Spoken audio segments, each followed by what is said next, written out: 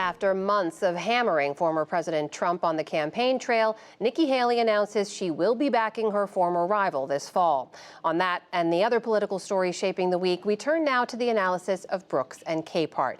That is New York Times columnist David Brooks and Jonathan Capehart, associate editor for The Washington Post. Great to see you both here in person together.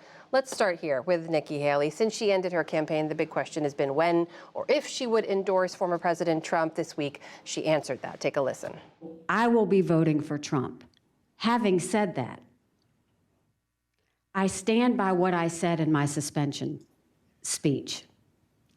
Trump would be smart to reach out to the millions of people who voted for me and continue to support me and not assume that they're just going to be with him.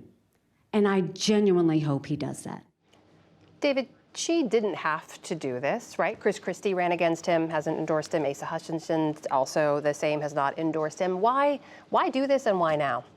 Yeah, I mean, if you're a Republican politician, you have two options. One we'll call the Liz Cheney option, where you take a principled stand against Donald Trump's character and you become a former politician.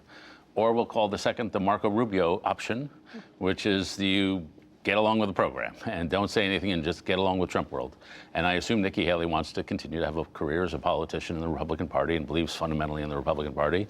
And so she's gone for the Marco Rubio option. The question I would ask her is, in most lines of work, if you think someone is a moral degenerate, you don't get to the second question of what do you think about tax policy? Like, you sort of stop there. And from what Nikki Haley said about Donald Trump, she really has serious, not only doubts, but is totally condemning of his character. So why do we care about marginal tax rates? Or even, you know, if a guy's a bad guy, he's going to be bad to our allies. I understand she cares about America's alliances abroad, and I agree with her on most policy issues on that front. But he's not going to be good to our allies if he's going to betray our allies as he betrays all his friends. And so moral character really does matter, and it's not something you can just sort of jump over for political expedience. Jonathan, is this about her political survival? Is it a VP play, potentially? Who knows? Quite frankly, I don't care. And I say that because for all the things that David just said, the Marco Rubio option, you get with the program, you throw all of your values, all of your positions, all of your character out the window for political purposes. The Marco Rubio option is a soulless option.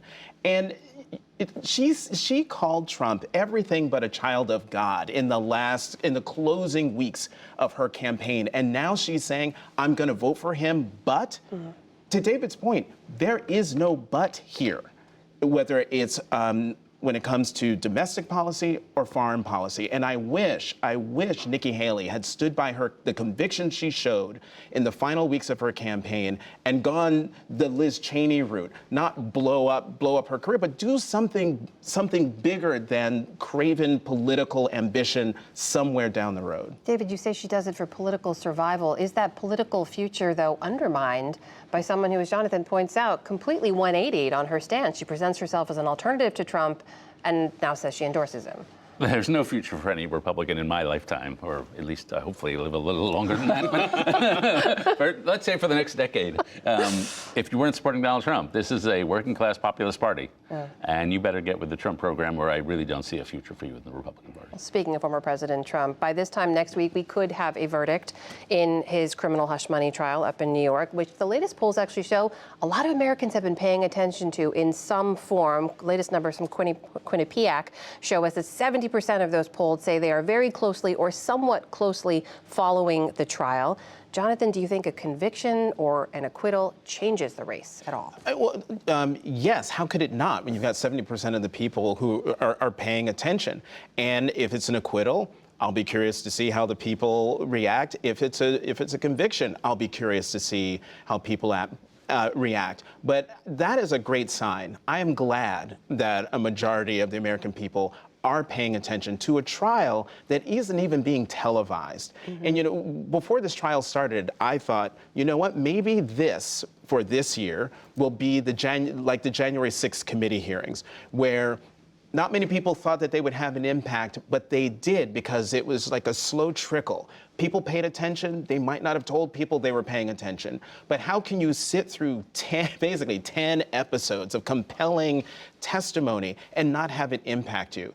What's interesting here is this is a trial that's not even being televised. Right. It's, on cable television, they're getting live readouts on their phones from their reporters inside the courtroom, and yet people are watching, they're paying attention. And that, to me, is a great sign for the Republic. What do you think about that, David? Super skeptical of that poll.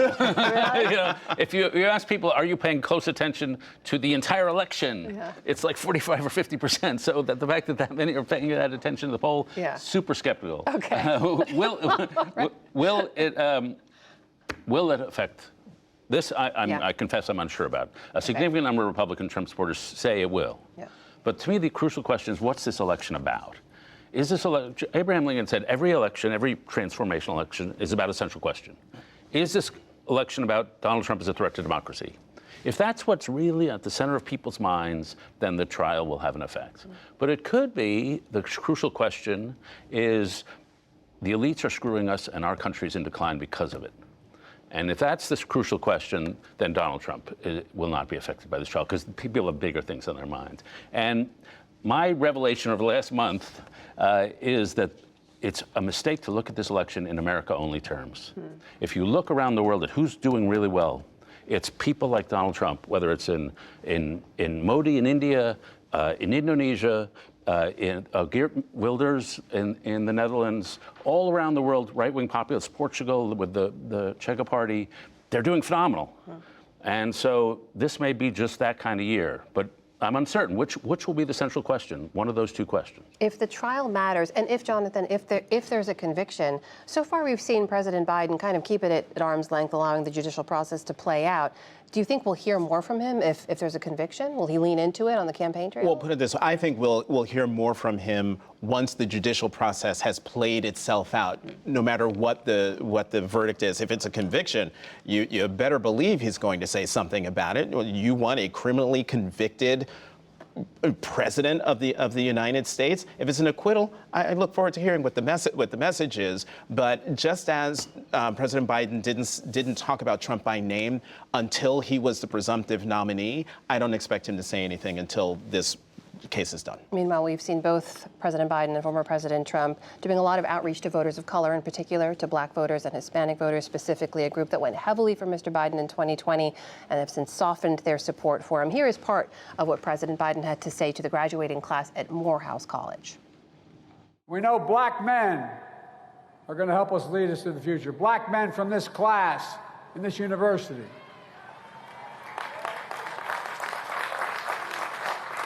But graduates, this is what we're up against. Extremist forces aligned against the meaning and message of Morehouse. And they peddle a fiction, a caricature, what being a man is about. Tough talk, abusing power, bigotry. Their idea of being a man is toxic.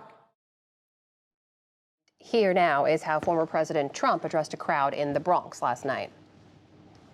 These millions and millions of people that are coming into our country, the biggest impact and the biggest negative impact is against our black population and our Hispanic population, who are losing their jobs, losing their housing, losing everything they can lose. Jonathan, those are two very different kinds of messages, and yet Mr. Trump has made inroads with some of these voters of color. Why do you think that is? Buckle up. This inroads. This notion that Trump has made inroads is a result of a New York Times Siena poll that came out in February, where shockingly it said that Trump was getting 23% of black support. Now, when I was confronted with this, I was like, do you even know the sample size? Samples, because I don't believe that. And you ask any black pollster, and they're like, it's not there. The sample size on that poll was 119 respondents for a national poll. You think this is a false narrative? I think it's a false narrative. We go through this every 4 years. Will black voters show up? Oh, the support is softening. Oh my God, it feels like to lots of us that these narratives are perpetuated so that if the Democrat loses, no matter what race, oh, well, the African Americans didn't show up, so it's their fault. And, with the president's speech, Yes, he made the moral argument about democracy and masculinity and everything, but he also talked specifics. $16 billion invested in HBCUs, cutting black child poverty. What got the biggest applause line was student debt relief. I mean, he is combining an economic message with the moral message and knowing who his audience is.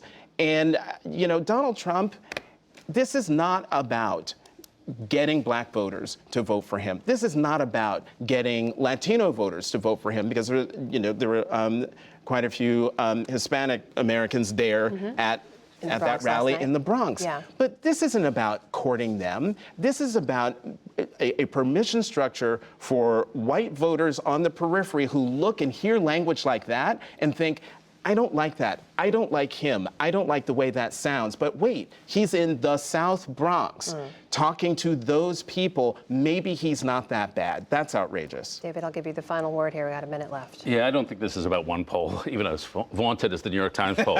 Obama won non-white working class by 76%. Biden is up by 6%. The results in Texas and in California, Latino voters in 2020, those were actual results. Those were results showing a shift. The Wall Street Journal poll showing African-American men, 30% for Trump. So these are a whole bunch of polling results. The question is, will the polling results actually lead to voting results? And that is not, a lot of these people are so disaffected they may not vote. But I do think it is fundamentally true that working class voters are voting more like working class voters no matter what other identities they may have. And I do think there's a gender gap where guys are moving.